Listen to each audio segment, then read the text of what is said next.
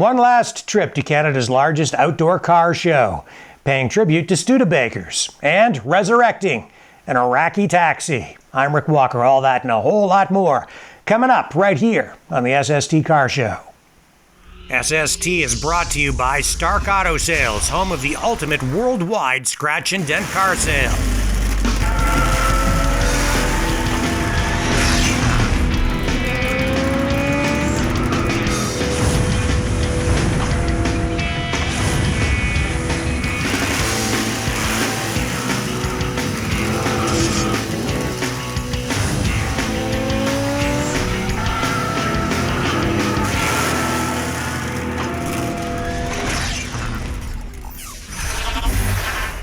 Hey friends, I'm Rick Walker. Welcome to another edition of the SST Car Show. All kinds of cool stuff to share with you today, but first let's jump right into it, shall we? With a look at Matthew Walsh's Iraqi Taxi.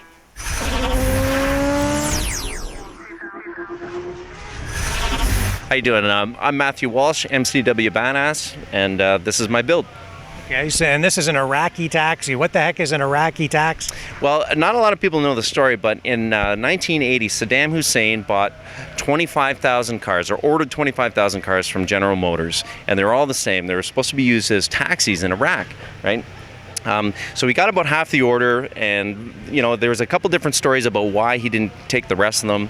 Who knows? He had a war to fight. I'm not sure exactly what happened, but anyways, there was 12,000 of these in a port in Halifax, and GM couldn't get rid of them as a package. So what they ended up doing was shipping them off to every single GM dealership in Canada. Got a couple of these to sell, like 2 or 3, and they were just cheap cars, bottom dollar, and they were just running into the ground.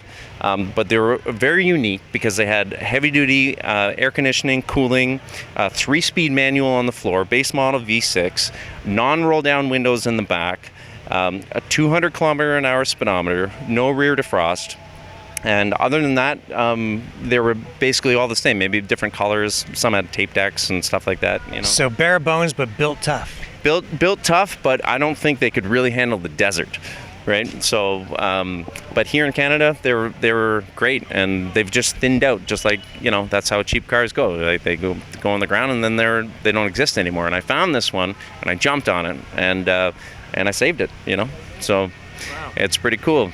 And so what was the deal? He didn't want them, and so that they didn't get shipped, or what happened? Well, there was claims that there was reliability problems and this and that, and really just, I think it was a money issue, and he didn't want to pay for the rest, and he just reneged and just said, nope, I'm not gonna take it. So GM was stuck with 12,000 cars that they didn't know what to do with.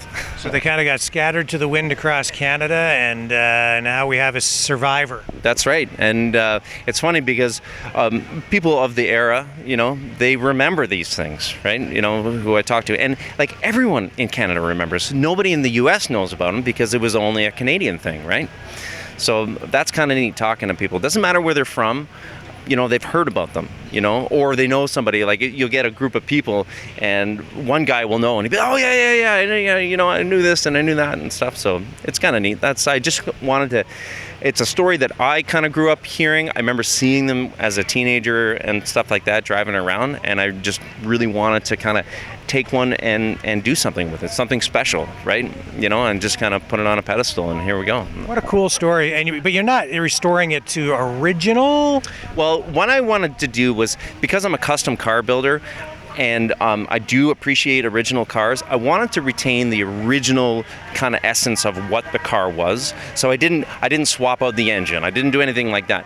But I do kind of I like to just spread the wings a little bit. So did a performance build with a complete Edelbrock package, camshaft, intake, carburetor, and then I custom fit a set of headers and dual exhaust. But it's everything set up, working properly, air conditioning, all the emission controls. It's got catalytic converters on it.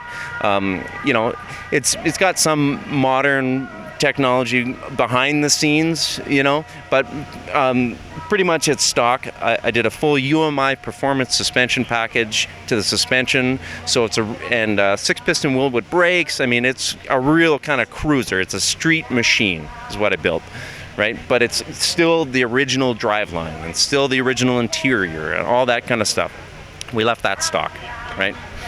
And if you pick up a fare, do you have any way to charge them? You have one of those meter reader things? You know what? All I want them to do is subscribe on the YouTube channel and watch the video. That should pay for it eventually. So how do they find you online? Just check out MCW Badass on YouTube and just search that. You see the picture of the guy with the mustache, and that's me. Just start watching. All right, well, we'll check it out, and I hope everybody else does too, because it's a very cool car with a very cool story. Well, thank you. That's what makes the car, man, story. That's great, man. You know, and that's exactly why I did it, right? So, here it is.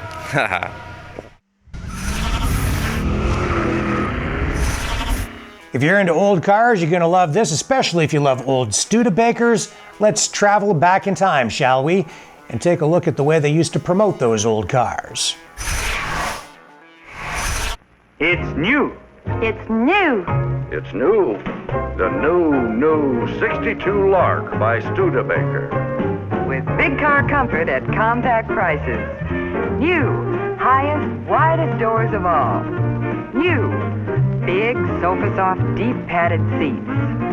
New, thick, rich pile rugs and flat flush floors with no trip over sill.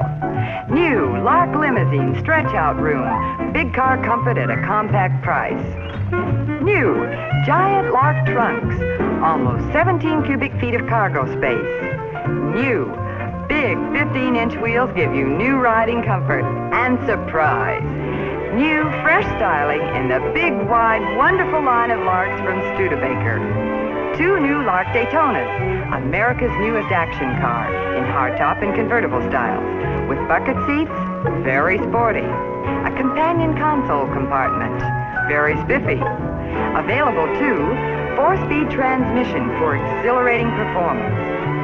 Now enter the most luxurious car you'll find in the compact price range, the Lark Cruizer. More room and luxury than you'll find in most cars. Here's the new 62 Lark hardtop with sliding sunroof. Available on all Lark sedans and hardtops. Simply beautiful. Just peek inside. Look at these big, loungy limousine seats and thick pile rugs. Here's the new Lark convertible, all dolled up with new 62 styling. There's big wagon room in the new 62 Lark wagon, too. Look at that enormous cargo space. Please be sure to see and test drive all the exciting new 62 Larks at your Studebaker dealer, with big car comfort at compact prices. And remember, they're endurance built by Studebaker. Don't go away. When we come back, we'll take a trip to the final installment of Canada's largest outdoor car show. It is one of the biggest in North America, and this will be the last opportunity you ever have to check it out.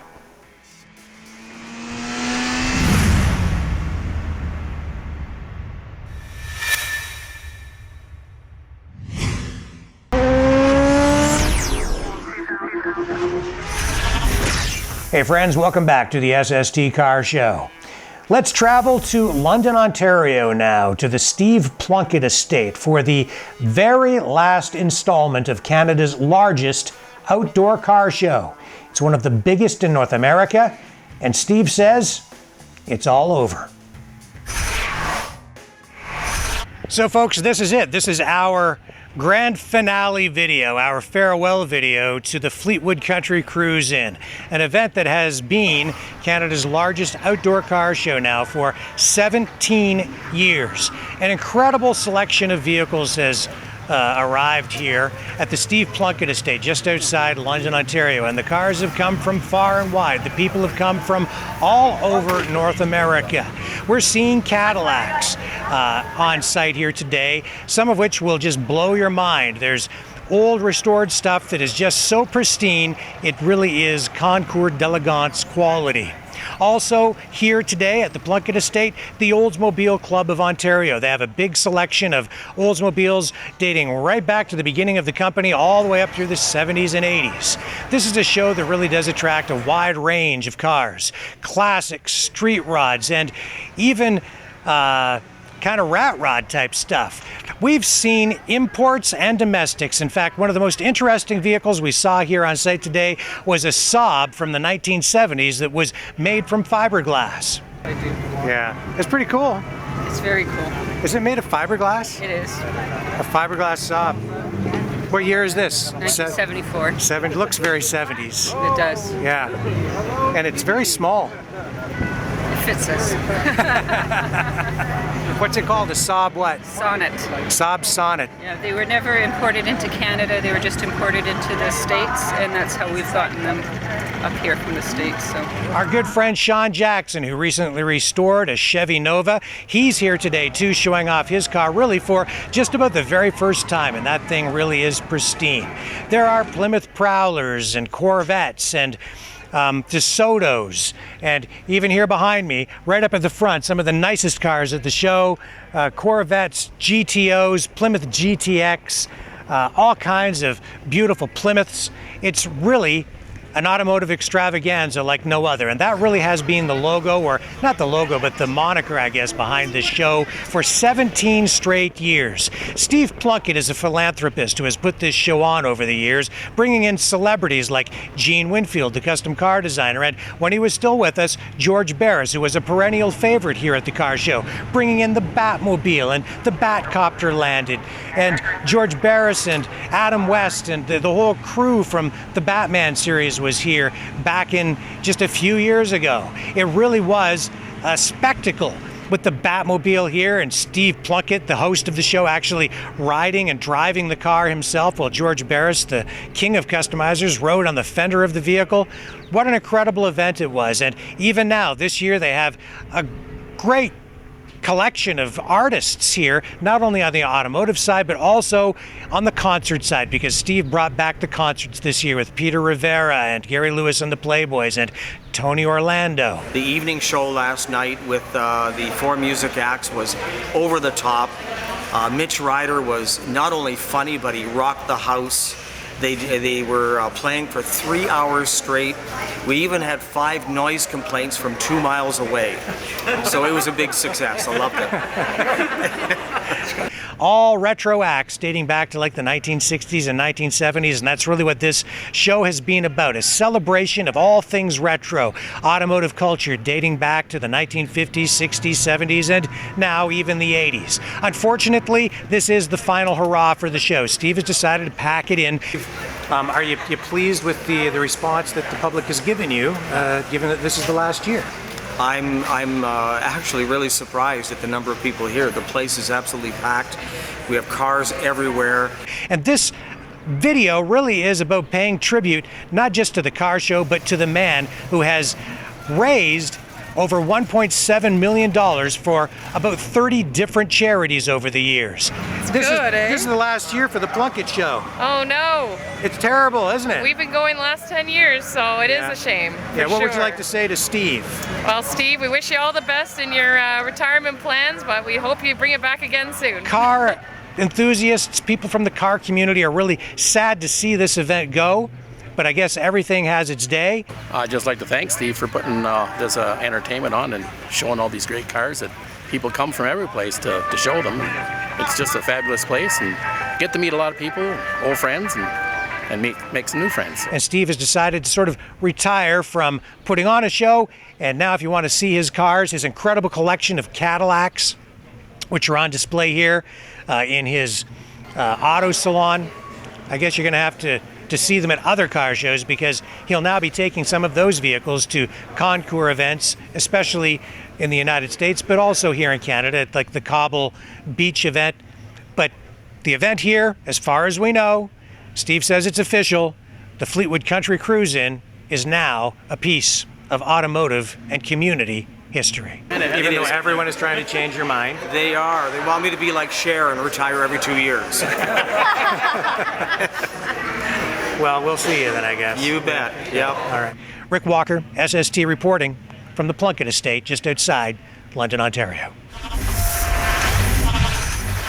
And now some highlights from our trip to the Museum of Transportation in St. Louis, where they have an incredible collection of old vintage automotive dashboards. Check this out.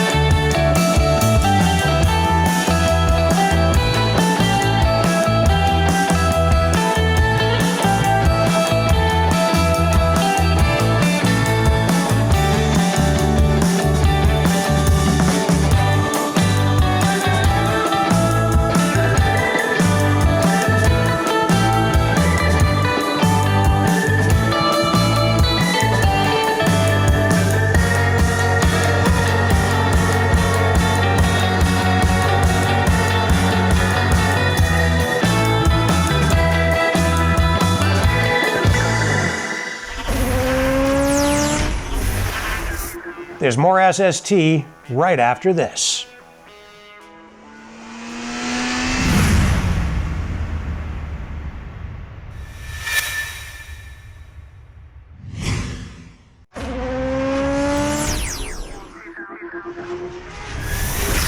Hey friends, welcome back to the SST Car Show. If you're into old automotive memorabilia but maybe don't have a big budget, this might be an alternative.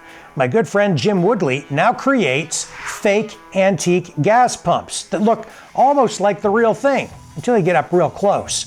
Either way, it's a great way to decorate your man cave on a budget.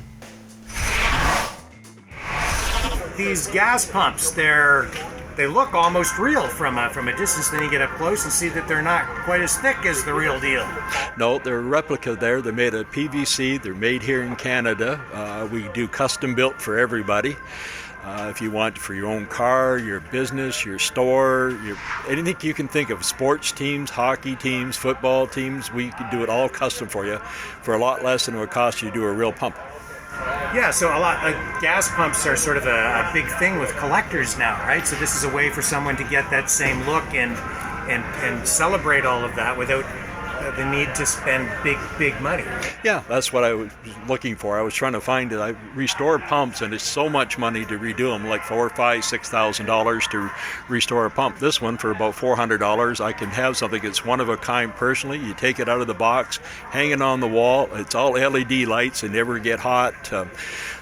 And your imaginations, whatever you want to do that. I mean, I've did it for lawyers' offices, which had a lawyer sat there and said this was a real icebreaker when the people are coming in tense. And I've done it for car dealerships. I've did special ones for giveaways, even at car shows. We've done up, say, for the Atlantic National. We did one up. It was a prize for one of the big draws. So they're all fiberglass. Is there more than one design or style of like the blanks? We have more than one style. We have one that's actually a half pump. I don't have it here today, but it's a half pump with the hose and everything on it, the globe on top. It runs for a bit more, but you put it against the wall, and from a distance you wouldn't know it's a real pump or not. It actually lights up. It's perfect. It's just I have got to get some more made up. I'll get a little bit behind this year. So these things are all basically hand decorated? Everything's hand done. The chrome, everything is down there. It's hand painted, hand crafted. The lights, even the glass is racing car windshield. When we did the chrome, we looked for the best. We went to 3M in London, Ontario, and got the best chrome from them. The PVC is a custom blend we got from DuPont, so we get it mixed up and put through a extruder, then into a mold. And where can people contact you, or where can they buy them? Oh, pretty well from me. I don't sell them to anybody else. It's through thunderroadstore.com, or you can call us. If you go on the store thing, there's a phone number there. I like to talk to you in person so that I can find exactly what you want and build it exactly the way the colors you want and everything like that. I've got one right now. I've worked with a lady. She wants one for her husband for her 65th birthday, and it's for the Buffalo Sabres, and she wants a specific color and a specific name and everything. So we've been about 3-4 weeks working on this. We're just about ready to ship it to her. So your website again? It's thunderroadstore.com.